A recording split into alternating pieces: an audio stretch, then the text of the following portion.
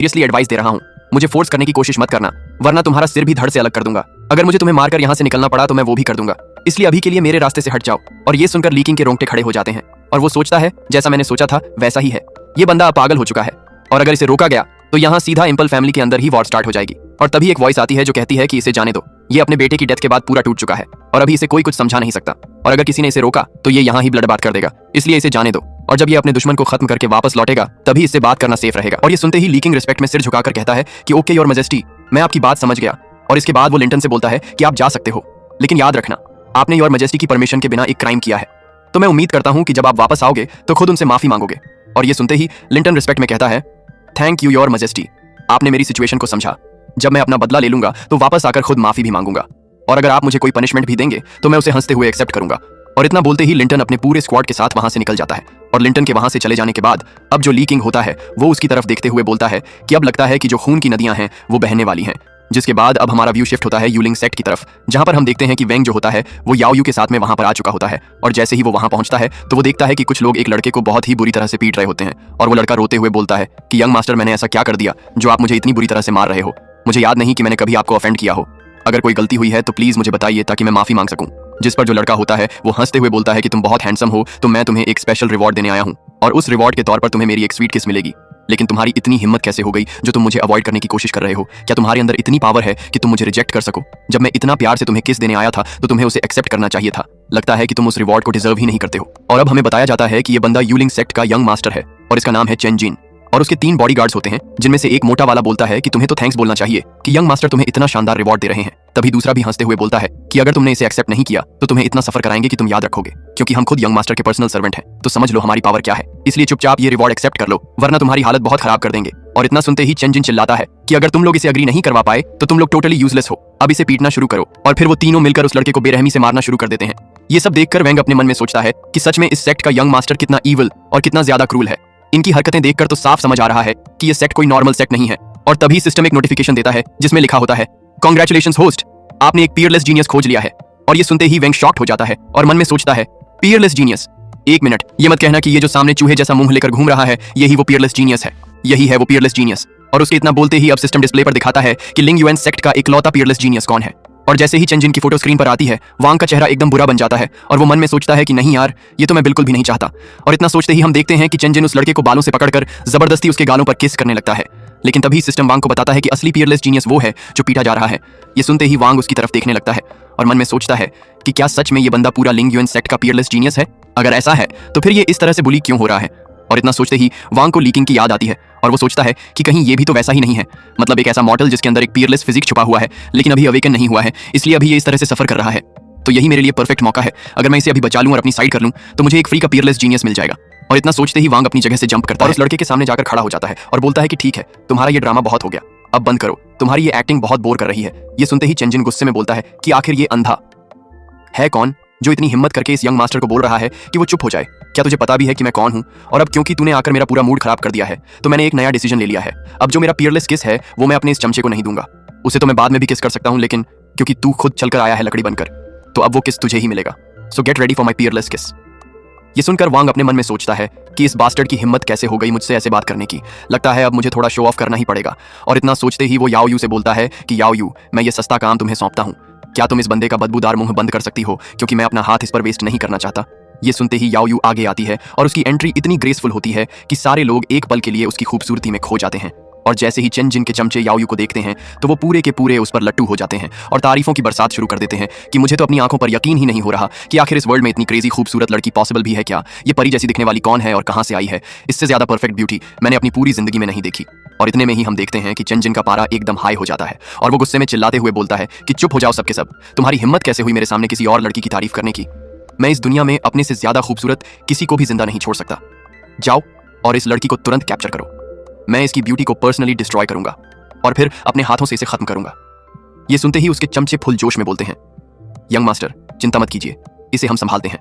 और तीनों उसी टाइम जाकर याओयू को चारों तरफ से घेर लेते हैं और उनमें से एक बोलता है कि ओ ब्यूटीफुल लड़की, तू तो सच में लकी है जो हमारे हाथों लग गई है, क्योंकि हम बहुत जेंटल हैं, तुझे हर्ट नहीं करेंगे। तभी दूसरा बंदा उसे क्रीपी निगाहों से घूरते हुए बोलता है कि ऐसी ब्यूटी को वेस्ट करना तो पाप है, तेरे जैसी खूबसूरती पर सिर्फ हमारा हक बनता है। और तीसरा बंदा भी उसको देखकर फिदा होकर बोलता है कि डरने की जरूरत नहीं है, हम यंग मास्टर को मना लेंगे, तुझे हम मारेंगे नहीं अगर तू थोड़ा कोऑपरेशन दे तो। और उनके इतने बोलते ही चेन जिन गुस्से से आग बबूला होकर चिल्लाता है कि ओ बास्टर्डो, ये फ्लर्टिंग बंद करो और इस लड़की को वहीं खत्म कर दो। ये सुनते ही पहला चमचा अपने पास से एक वियर्ड सा पॉइजन नीडल निकालते हुए याओयू के पास जाता है और बोलता है कि ब्यूटीफुल, मुझे माफ कर देना, लेकिन अब तुझे मरना ही होगा क्योंकि यंग मास्टर का ऑर्डर है। लेकिन डोंट वरी, तुझे ये प्रोसेस बहुत मजेदार लगेगा और मजा लेने के बाद हम तुझे आसानी से खत्म कर देंगे। और इन सब की ये क्रीपी बातें सुनकर वांग थोड़ा घबराते हुए मन में सोचता है कि मैं सेक्ट लीडर हूं, लेकिन फिर भी मेरे अंदर इतनी हिम्मत नहीं कि मैं याओयू से कैजुअली फ्लर्ट कर सकूं। लेकिन सच्ची एक बात माननी पड़ेगी कि इन बंदों के अंदर डर नाम की चीज ही नहीं है जो ऐसी गॉडेस के साथ इस तरह की बात करने की हिम्मत कर रहे हैं। लगता है इन्हें अपनी लाइफ की बिल्कुल भी परवाह नहीं और ये सीधे मरने की तरफ बढ़ रहे हैं। और तभी हम देखते हैं कि याओयू उनमें से एक बंदे के गाल पर सॉफ्टली अपनी फिंगर रख देती है, जिसे देखकर वो बंदा एकदम पिघल जाता है और एक्साइटमेंट में बोलता है, ओ ब्यूटीफुल, कहीं ऐसा तो नहीं कि तू अब मेरे प्यार में पड़ गई है और अब मुझे किस करना चाहती है। देख, अगर तू ऐसा करना चाहती है तो बेझिझक कर ले, लेकिन उसके बाद भी मैं तुझे जिंदा छोड़ने की गारंटी नहीं दे सकता। और वो इतना बोल ही रहा होता है कि लेकिन तभी याओयू अपनी फिंगर को पहले बंदे के गाल पर मारती है और सीधे उसकी पूरी फेस मसल्स को फ्रीज कर देती है। और इससे पहले कि दूसरा कुछ समझ पाता, याओयू पलटते ही दूसरे और फिर तीसरे बंदे के चेहरे पर एक एक टच कर देती है और तीनों को वहीं बर्फ में पूरी तरह से जमा देती है। और उसके अगले ही सेकंड में वो एक ही अटैक में तीनों के सिर को उनके बॉडी से अलग कर देती है। और ये सीन देखते ही चेंजिन की हालत एकदम बिगड़ जाती है और वो डर से कांपते हुए चिल्लाता है कि तू है कौन और तेरी इतनी हिम्मत कैसे हुई? लिंग युन सेक्ट के डिसाइपल्स को मारने की क्या तुझे जरा भी अंदाजा है कि लिंग युन सेक्ट कितना पावरफुल है? हम तुझे जिंदा छोड़ेंगे नहीं।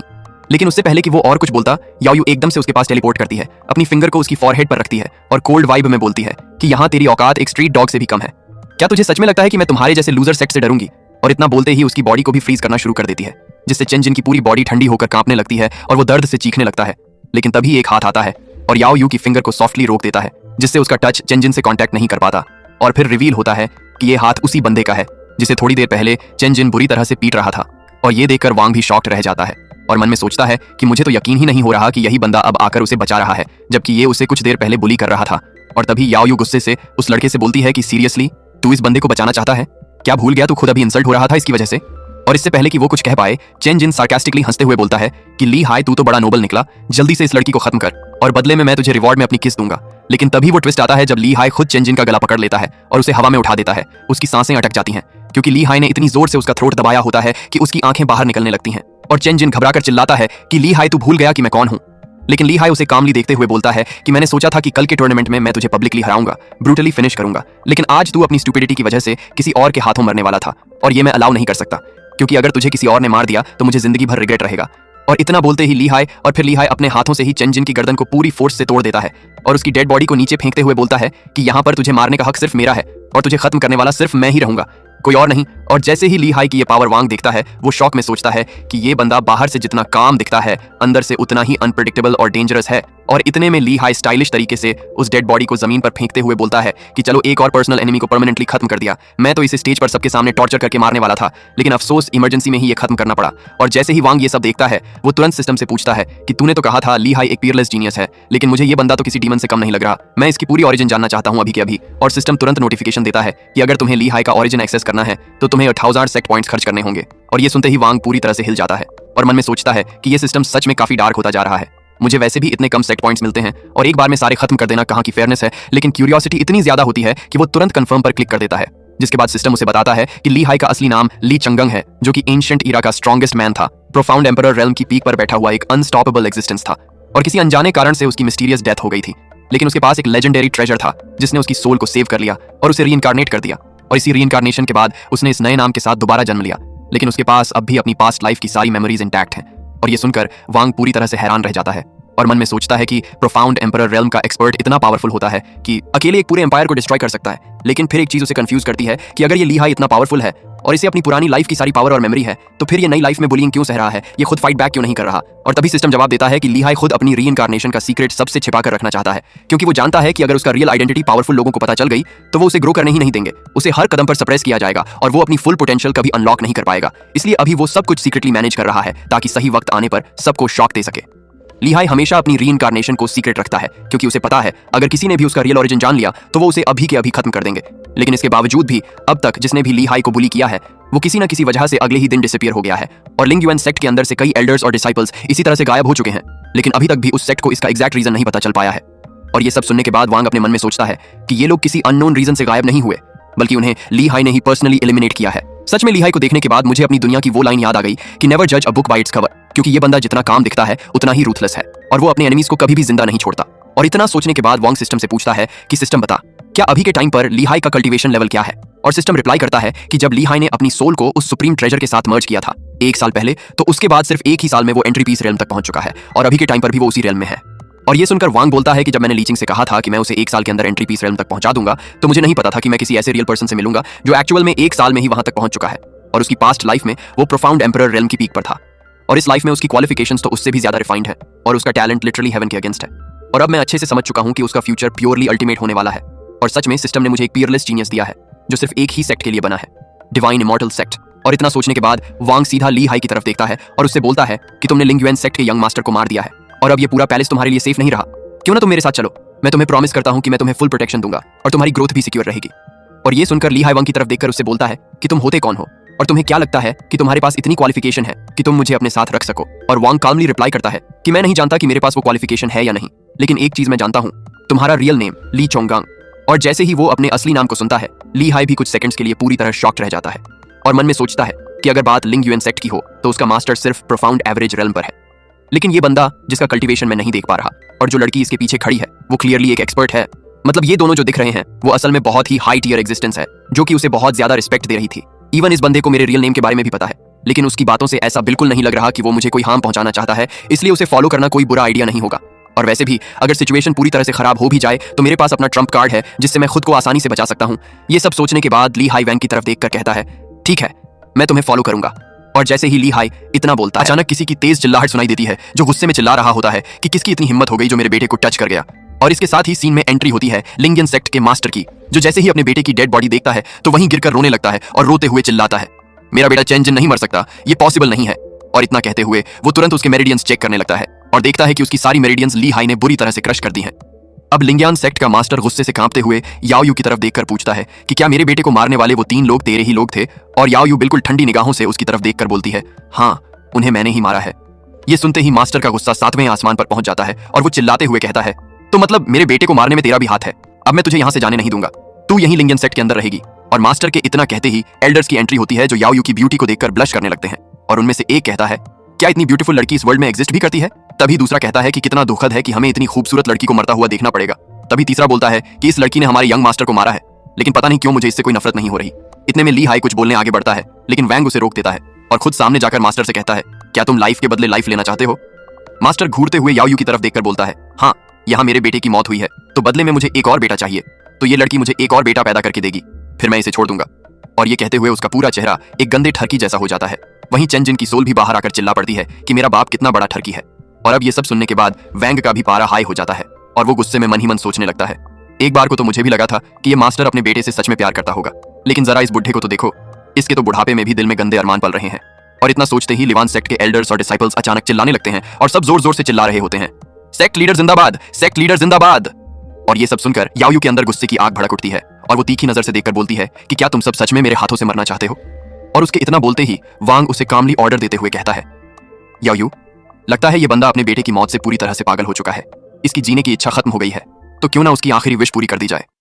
और वांग की बात सुनकर अब याओ यू गुस्से में लिंगियन सेक्ट के सेक्ट लीडर की तरफ बढ़ने लगती है और उसी दौरान सेक्ट लीडर खुद सामने आकर बोलता है, देखो, मैं बहुत ही न्यायप्रिय सेक्ट लीडर हूं, मैं कभी भी कमजोर लोगों को बुली नहीं करता, इसलिए मैं नहीं चाहता कि तुम्हें हर्ट करूं, क्योंकि अगर मैंने ऐसा किया तो मेरी सेक्ट की रेप्यूटेशन बर्बाद हो जाएगी।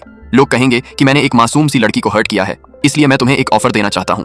मैं अपने पाल्म अटैक से तुम पर एक मूव करूंगा और अगर तुम उसे डॉज कर गई तो मैं इस पूरे मैटर को यहीं खत्म कर दूंगा और भूल जाऊंगा कि तुमने मेरे बेटे को मारा था। उसके बाद तुम अपने लोगों को लेकर यहाँ से चली जा सकती हो, लेकिन अगर तुम इस पाल्म अटैक को डॉज नहीं कर पाई तो फिर तुम्हारी बॉडी मेरी होगी और तुम्हें मेरी सेक्ट में रुककर मुझसे शादी करनी होगी और मेरे लिए एक बेटा पैदा करना होगा और वो भी लड़का होना चाहिए। और जब तक वो बच्चा बड़ा नहीं हो जाता तो मेरी सेक्ट छोड़कर नहीं जा सकती। और उसकी ये गिरी हुई बातें सुनकर याओ यू के अंदर गुस्सा तो बहुत आता है, लेकिन वो फिर भी कुछ नहीं बोलती। तभी सेक्ट लीडर उसकी खामोशी को गलत समझते हुए हंसकर बोलता है, अगर तुमने अभी तक कोई जवाब नहीं दिया तो इसका मतलब तुम्हें इस डील से कोई ऐतराज नहीं है और मैं इसे तुम्हारी हाँ मानता हूं, तो चलो अब हमारी गेम स्टार्ट करते हैं। और इतना कहते ही वो अपना पाल्म अटैक बनाना शुरू करता है। उसके हाथों के चारों तरफ सराउंडिंग एनर्जी तेजी से गैदर होने लगती है और जैसे ही उसका पाल्म अटैक पूरा होता है वो बिना किसी वार्निंग के उसे याओ यू की तरफ शूट कर देता है और चीखते हुए बोलता है, अपनी बॉडी को इस अटैक से बचाने की पूरी कोशिश करना, क्योंकि अगर तुम इसे डॉज नहीं कर पाई तो तुम्हारी ये खूबसूरत बॉडी मेरी होगी और मैं इसे डेली एंजॉय करूंगा, जिसके बाद तुम्हारी हालत मौत से भी बदतर हो जाएगी और तुम मुझसे खुद मौत की भीख मांगोगे। और इतना कहते ही हम देखते हैं कि वो पाल्म अटैक सीधा जाकर याओ यू को टकराता है और उसी पल वहां पर एक